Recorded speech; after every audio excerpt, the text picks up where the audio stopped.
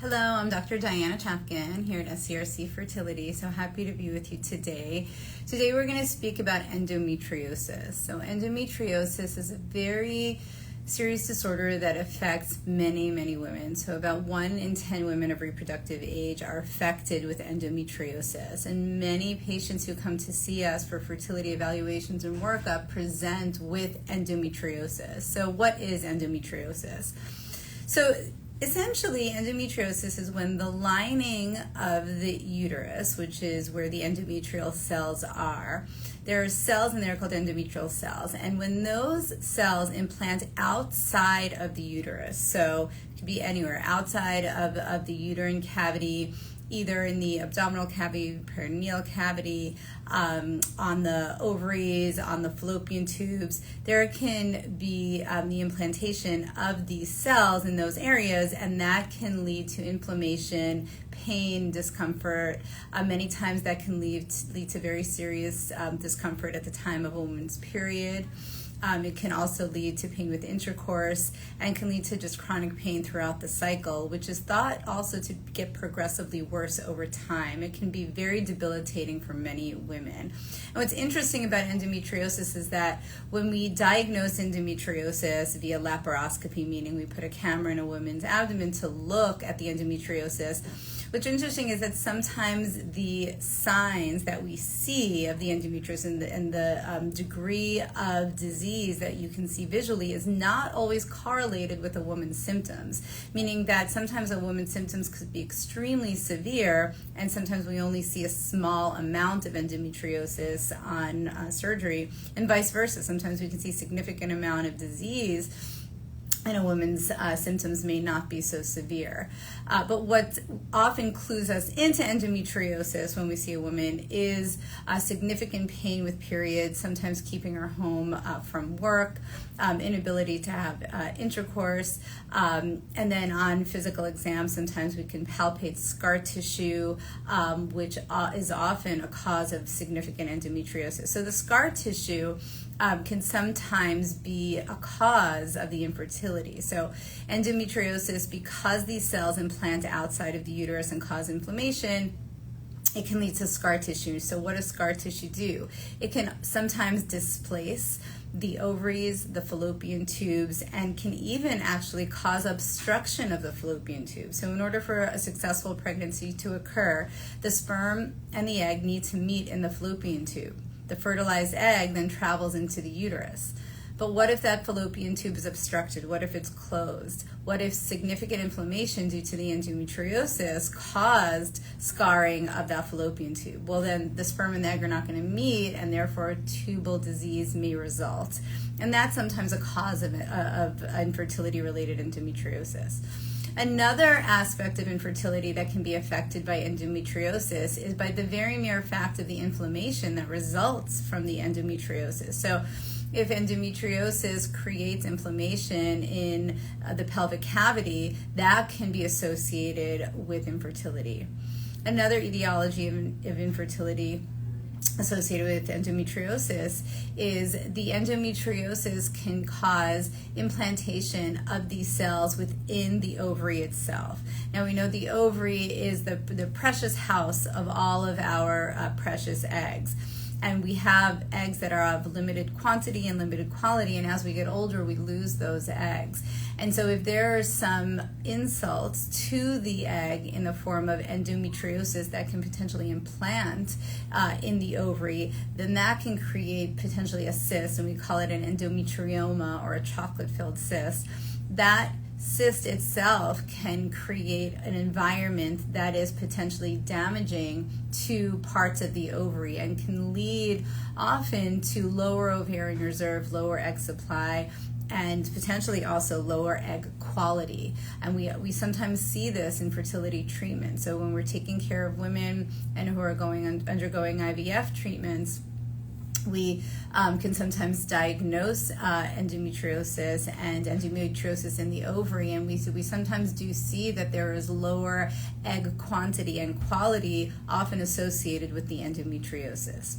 So now, knowing all that, let's say somebody comes to us and they have endometriosis and they're trying to get pregnant. What do we do about that? There have actually been significant studies done on this. And what we take away from a lot of these studies is essentially that if a woman has significant pain due to the endometriosis, that should not be ignored. So just because a woman comes to me and she's trying to get pregnant, I don't ignore all of her other potential life-affecting issues that we uncover.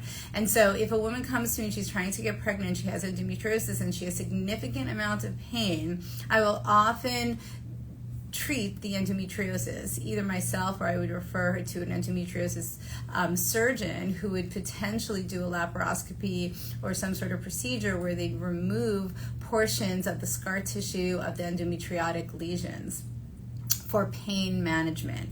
Now, what we gather from these studies, though, is that if a woman has endometriosis and she's trying to get pregnant and her pain is not so severe that the pain is requiring her to potentially be treated surgically, we actually know that the treatment for endometriosis-related infertility, whether it's because of the scar tissue or because of the effect on the egg quantity or quality, is actually in vitro fertilization. So we know that in vitro fertilization can overcome many of the issues that endometriosis presents with. So the scar tissue, the tubal disease, all can be overcome with in vitro fertilization, as can the effect on the egg quantity and quality. Again, can be overcome with IVF more so than what surgery can provide. So back in the day, before our IVF success rates were so good, in our field, the first-line treatment for endometriosis-related infertility was actually surgery.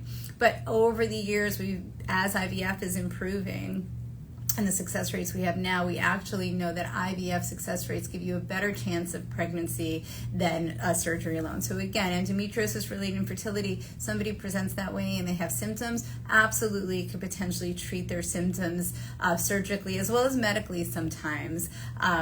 But if they're trying to get pregnant and that is the sole effect of the endometriosis, then something like in vitro fertilization is more likely the better option to proceed with. I can stop there and see if anybody has any questions for me. Endometriosis is not something that should be ignored. Like I said, it can be really debilitating for a lot of women. And I think too often women don't come forward to their gynecologists and talk about it. What's interesting to me is that a lot of times people come to see me and they've been suffering for years and years and years and they don't tell anybody about it. And then sometimes I'm the first person they speak with about it because lo and behold, all of a sudden, well, now they want to get pregnant and they have endometriosis. And sometimes we have to kind of take a step back and say, okay, yes, you want to get pregnant, we can focus on that, but we should also think about your symptoms and how do we manage that, because we don't want a woman to be suffering.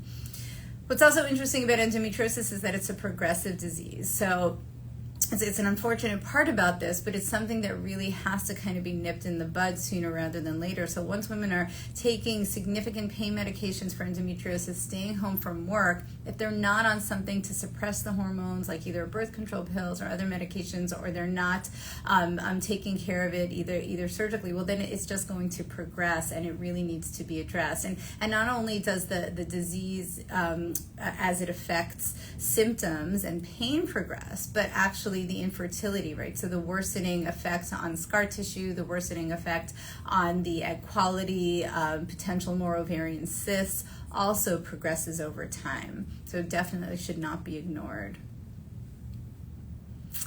Any comments, questions? Happy to answer anything. It looks like maybe there are no questions today. But I'm happy to answer anything if anybody comes up. Please feel free to reach out. Please call our number in the link. Any of our doctors, including myself, are more than happy to speak with you about this. There's no reason to suffer, and definitely if you're interested in getting pregnant and you know you have endometriosis, probably a really good idea to get checked out in terms of your evaluation, your AMH, your ovarian ovarian reserve sooner rather than later, because again, women with endometriosis are at risk for having lower ovarian reserve sooner than the average woman who does not have endometriosis. So definitely a good idea to check that out and see what's going on with your ovarian reserve. So any tips before egg retrieval? So absolutely. So in terms of tips before egg retrieval, I mean, sometimes I don't know if that means sort of, tips before thinking about proceeding with an IVF cycle or an egg freezing cycle. I mean, you absolutely need to be in the care of a physician that you trust, who you feel like you can ask these kinds of questions to, and a staff that's well equipped to answer these things. But you have to, first of all, make sure that egg retrieval is right for you, right? So having the appropriate evaluation and the appropriate game plan, and in terms of getting your body in the right place and your mindset in the right place, I think everybody who's going through any sort of fertility treatment, whether it's egg freezing or insemination or IVF, really should speak with a specific reproductive mental health expert who focuses on reproductive health and fertility. There are a few people that I recommend for that. I think that just trying to be as healthy as possible in terms of eating lots of, fruits and vegetables, less processed food. So whatever, is good for your heart is also probably good for your eggs. And just try to stay as healthy as possible. And definitely seek the support out of friends and family when appropriate. And definitely make sure you're in you're being taken care of by a team that you trust, and that you can ask questions as you're going along. Any other questions for me? Well, it looks like maybe no. But thank you all for tuning in today. I appreciate the connection, and please feel free to reach out. And I wish you all a very happy holiday. Thank you.